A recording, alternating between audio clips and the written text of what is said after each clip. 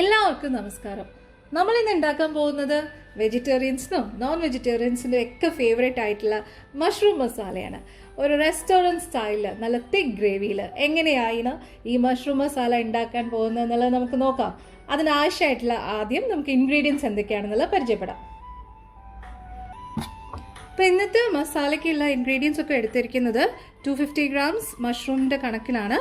അതിനാവശ്യമായിട്ടുള്ളത് ഇതൊരു ഗ്രേവി പോലെ ഉണ്ടാക്കാനായിട്ട് ഒരു സവാള അരിഞ്ഞത്, ഒരു 1.5 തക്കാളി അരിഞ്ഞത്, പിന്നെ ആവശ്യത്തിന് ഇഞ്ചി വെളുത്തുള്ളി അരിഞ്ഞത്, പിന്നെ ഇതിൽ നമ്മൾ കടുകല്ല ഉപയോഗിക്കുന്ന, അതിന് പകരം ജീരകം, പിന്നെ ആ ജീരകത്തിൻ്റെ കൂടെ ഇടാൻ വേണ്ടിയിട്ട് 2 ഏലക്ക, 2 ഗ്രാമ്പു, പിന്നെ കുറച്ച് കുരുമുളക്.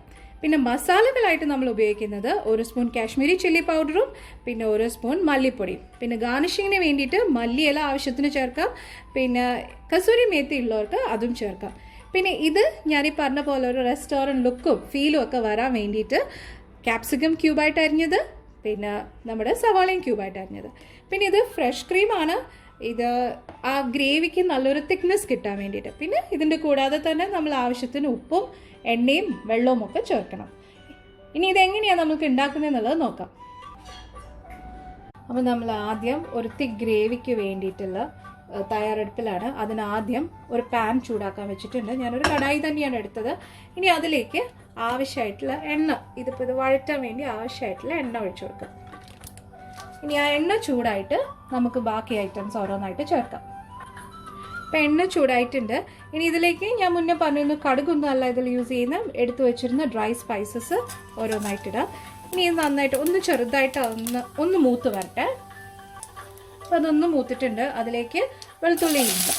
ഇനി ഇതിൻ്റെ ആ ഒരു പച്ച മണം ഒന്ന് മാറുന്ന വരെ ഒരു 30 സെക്കൻഡ് നമുക്കൊന്ന് വഴച്ചെടുക്കാം. അപ്പോൾ ഇതൊന്ന് വഴണ്ടിട്ടുണ്ട്.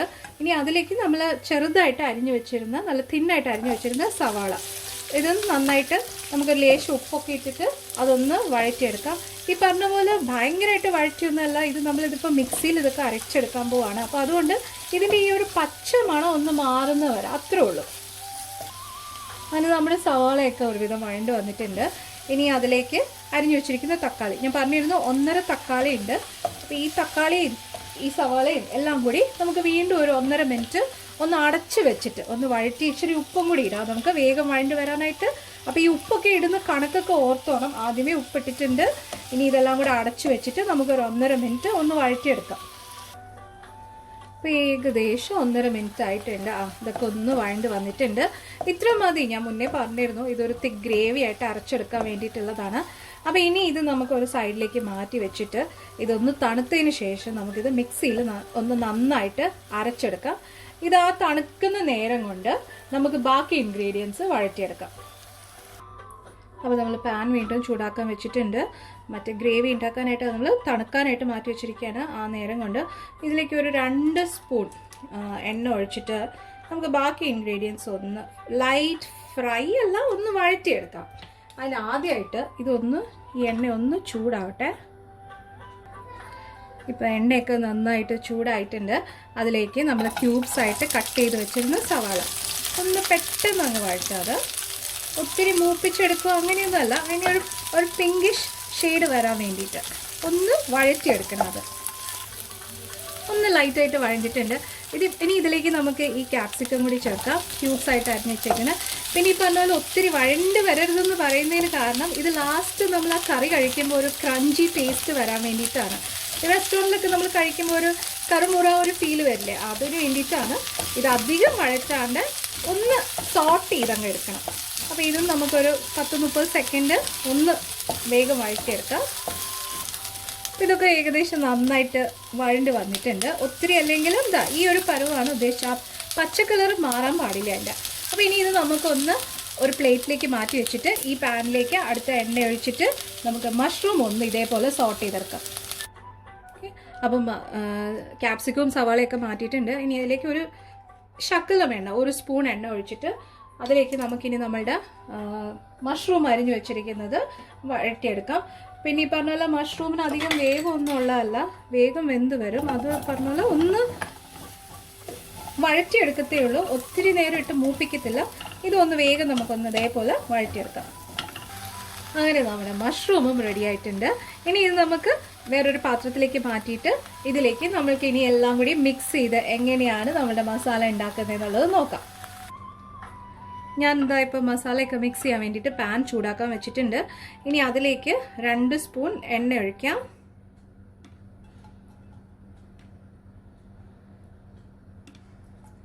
ഓക്കെ, ഇനി ഈ എണ്ണ ഒന്ന് ചൂടാവുമ്പോൾ, എണ്ണ ഏകദേശം ഒന്ന് പാൻ നന്നായിട്ട് ചൂടായിരിക്കുമായിരുന്നു.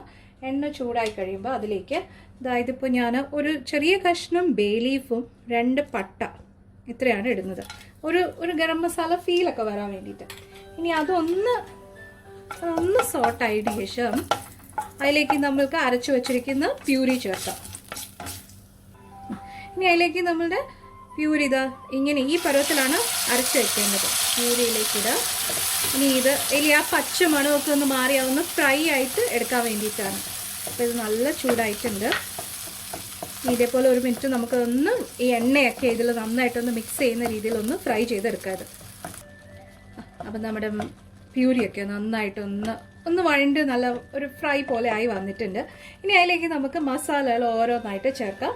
ഞാൻ മുന്നേ പറഞ്ഞിരുന്നു, ആവശ്യത്തിന് കളറിന് ഒരു ലേശം മഞ്ഞൾപ്പൊടി, ഒരു 1/4 ടീസ്പൂൺ മഞ്ഞൾപ്പൊടി. പിന്നെ നമ്മൾ എടുത്ത് വെച്ചിരുന്ന ബാക്കി മസാലകൾ ചേർക്കാം.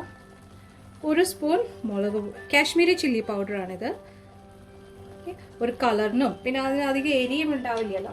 പിന്നെ നമ്മൾ മലയാളികൾക്ക് എരി ഇല്ലാണ്ട് എന്ത് കറി, ഒരു ലേശം നമ്മുടെ നോർമൽ ചില്ലി പൗഡർ. നിങ്ങൾക്ക് വേണമെങ്കിൽ പച്ചമുളക് ഇടാം, എന്നാലും എനിക്കൊരു കളറും അതൊക്കെ വേണം എന്നുള്ളത് കാരണമാണ് ഞാൻ ഇച്ചിരി മുളക് പൊടി ഇട്ടത്. ഇനി അതിലേക്ക് 1 സ്പൂൺ എടുത്ത് വെച്ചിരുന്ന മല്ലിപ്പൊടി. ഇനി ആവശ്യത്തിന് ഉപ്പ് നിങ്ങൾ നോക്കിയിട്ട് വേണം, ഞാനൊരു ശകലം ഉപ്പിടുന്നുണ്ട്. ഇനി ഇതെല്ലാം കൂടി നമുക്കൊന്ന് നന്നായിട്ട് വഴറ്റിയെടുക്കാം, ഈ പച്ചമണം മാറുന്നവരെ. അപ്പോൾ നമ്മുടെ മസാലയൊക്കെ ഏകദേശം ഒന്ന് മൂത്തിട്ടുണ്ട്, കളറും വന്ന് തുടങ്ങിയിട്ടുണ്ട്.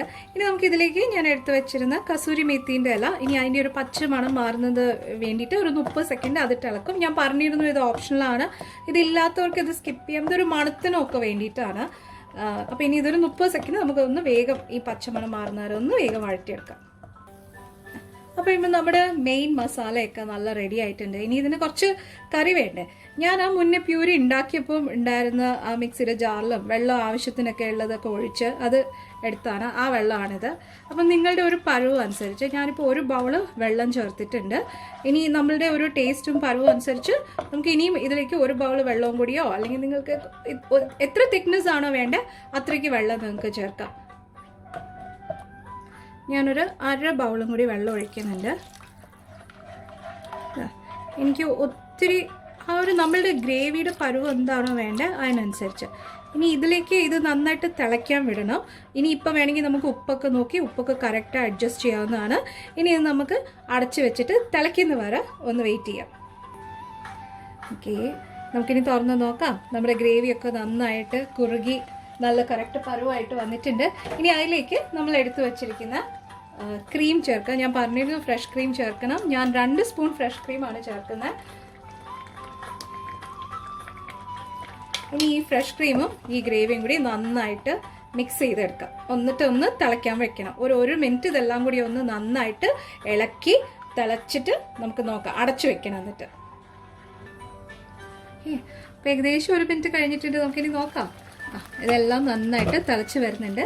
ഇനി ഇതിലേക്ക് നമ്മൾ മുന്നേ വഴറ്റി വെച്ചിരുന്ന, നമ്മൾ ഫ്രൈ ചെയ്ത് വെച്ചിരുന്ന ക്യാപ്സിക്കവും സവാളയും കൂടി ചേർക്കാം.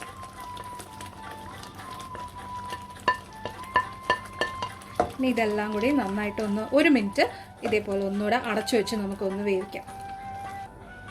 അപ്പോൾ ഇപ്പോൾ 1 മിനിറ്റ് കഴിഞ്ഞിട്ടുണ്ട്. നമുക്കിത് തുറക്കാം.